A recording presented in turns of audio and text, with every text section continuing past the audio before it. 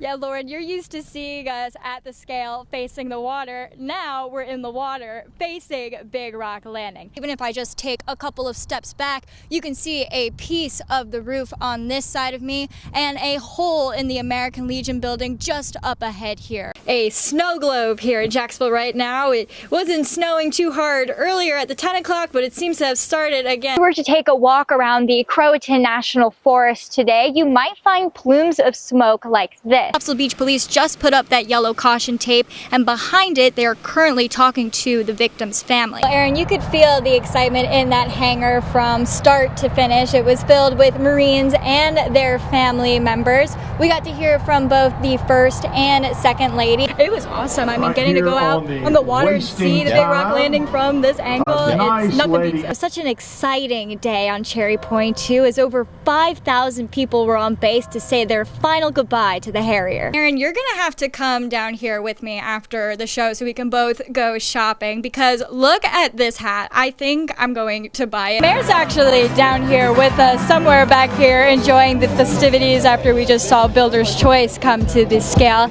Even though this is his first Big Rock as mayor, he is by no means a stranger to this tournament. And porch pirating is happening locally too, with the Jacksonville police saying they've already seen 13 cases before the holidays. But they say the best way you can protect your stuff and help them is through installing surveillance cameras like a Ring doorbell camera. That way you can keep an eye on your package while you're not at home. Hands is a copy of an ordinance that changes Jacksonville's old Unified Development Ordinance. And Section C, number 5, has the requirements for mobile food vendors, aka food trucks.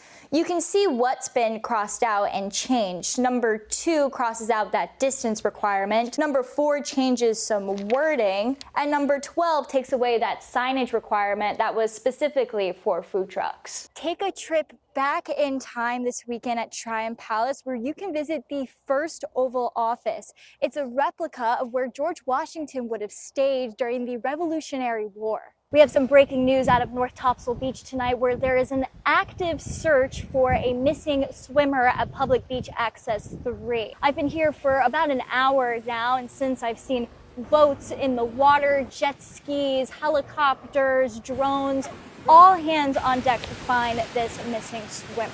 Details right now are limited, but here is what we do know. Emergency crews got a call around 2:30 this afternoon for a swimmer missing at Public Beach Access 3 here at North Topsail, and the search has been underway ever since. Some of the crews on the scene include obviously North Topsail Beach, but also Camp Lejeune and Turkey Creek Fire and Rescue. So we will keep you updated as we learn more information. But it was just 2 weeks ago where I was speaking with North Topsail Beach officials about how this area in particular is very dangerous for swimmers, and they just do not advise swimming here. Warning, some of the details I'm about to tell you are pretty disturbing. An 80-year-old woman's body was found wrapped, put into a box. That box was then wrapped and was put in a storage unit in Cape Carteret, North Carolina. Angela Engel made her first appearance in court last Friday. She was extradited back to Onslow County after she was arrested in West Virginia. And during that first appearance, we learned a lot. Remember, Katie Hyatt was last seen in October of last year. And we learned that Engel wouldn't let Hyatt's son see her. She would say things like, the house is too messy and it smells like dead animals. We also learned that Engel would impersonate Hyatt over the phone and try to alter her voice to sound like her. Engel was Hyatt's live-in caretaker. Hyatt was then reported missing in January, and her body was found in that storage unit in June. Right now, Engel is being charged with concealment and failure to report a death. The investigation is still ongoing though, so who knows if we're going to see more charges. North County Sheriff's Office for the first time after a disturbing viral video showing a group assault on a teenager. 3 arrests have already been made, with what we're told expected to be others charged. Now your side's Olivia Wolfson is following the latest for us. She has more live from Kinston this afternoon. So Olivia, what are we learning? Ken, they actually believe it was the victim's ex-girlfriend who set all of this up, and right now the sheriff doesn't believe it to be racially motivated, but they are still investigating. Obviously, if we receive any more information, or there's one video that don't have any sound to it of the kid being choked, and obviously if we find something that's racially motivated, we will step up the investigations and go in that direction. Detective Brittany Parsons also says the victim has not mentioned any racial element to the assault. So far, 2 adults and 1 teen have been arrested. 4 other teens are also getting charges. One is related to Sheriff Rogers' wife. I have served in law enforcement for more than 34 years, and my integrity and trust of this community means everything to me. Regardless of whether you're an individual as a family member, friend, or a stranger, the law applies equally to everyone. The NAACP was also at the press conference and had this to say after speaking with the sheriff. But based upon the conference that took place here on today, we stated one of the juveniles that actually did commit an act was biracial as well. So like I said, it puts us in a bad spot, but we know based upon the evidence, as the investigation continues, it may show us different, especially if the sound to one of those videos is found. Warrants say the victim was choked until going unconscious, popped a blood vessel in his eye, and was hit in the face with a glass bottle, chipping his tooth. No parent should have to view that type of behavior happening to their child. No child, regardless of the color, should have to endure what that teenager endured. And we as the NAACP will stand strong behind the family. Here's a quick timeline of the events here. The incident happened on May 23rd. A school resource officer was notified on May 27th and began interviewing students, and the victim and his father went to the sheriff's office on June 15th. The SBI is now also investigating. In Kinston, I'm Olivia Wolfson, 9 on your side. On Price Road now stands this royal blue cross. It was one of Natasha's favorite colors. It's now being used as one of the many ways to honor her life.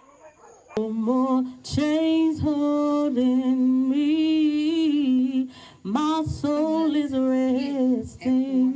A mother. She has a daughter here. Her name is Princess. She loved Princess. Princess was her girl. A sister. Your sister's gone. And now,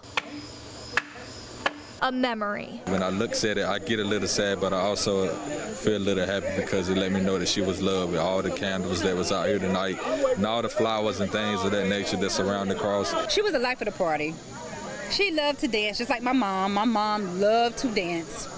They was always smiling, always happy, and Tasha was very, very intelligent. The community rallying behind Natasha Heggie's family as law enforcement still searches for who killed her in a hit and run. The family's message for the driver: We asking you to please come forward, give our family peace. Even give your family peace.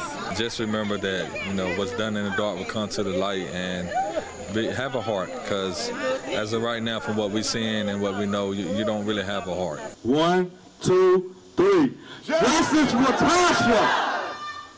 Anybody with any sort of information is asked to come forward. In Chocowinity, I'm Olivia Wolfson, 9 on your side. Dominic Tesserero and his family moved to Holly Ridge from New York with his dad. Every memory that I have with him that's the best is just, every Sunday that the Giants had a home game, me and him were there.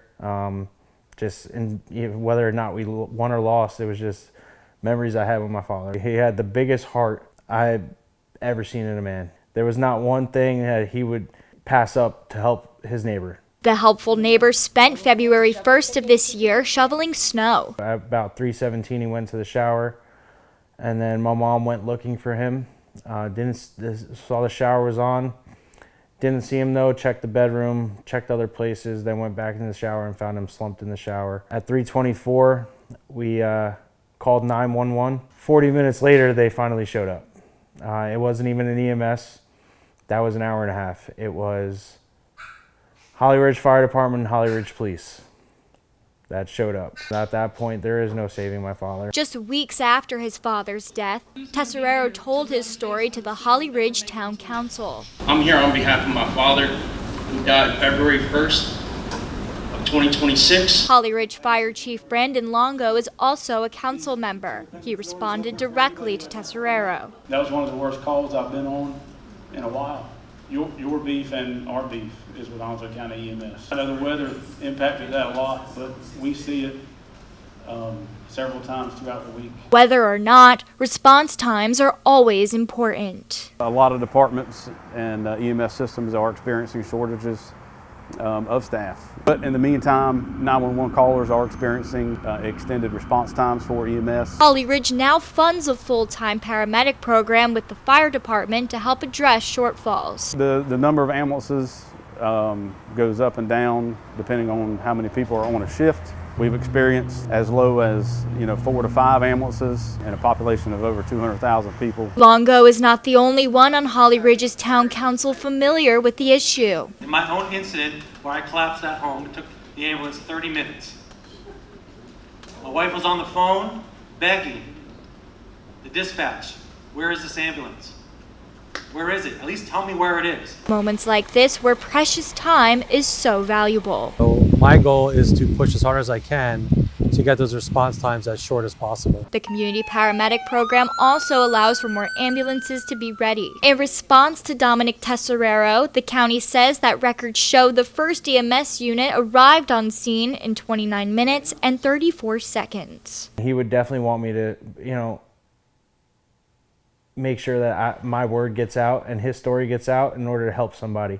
In Onslow County, Olivia Wolfson, 9 on your side.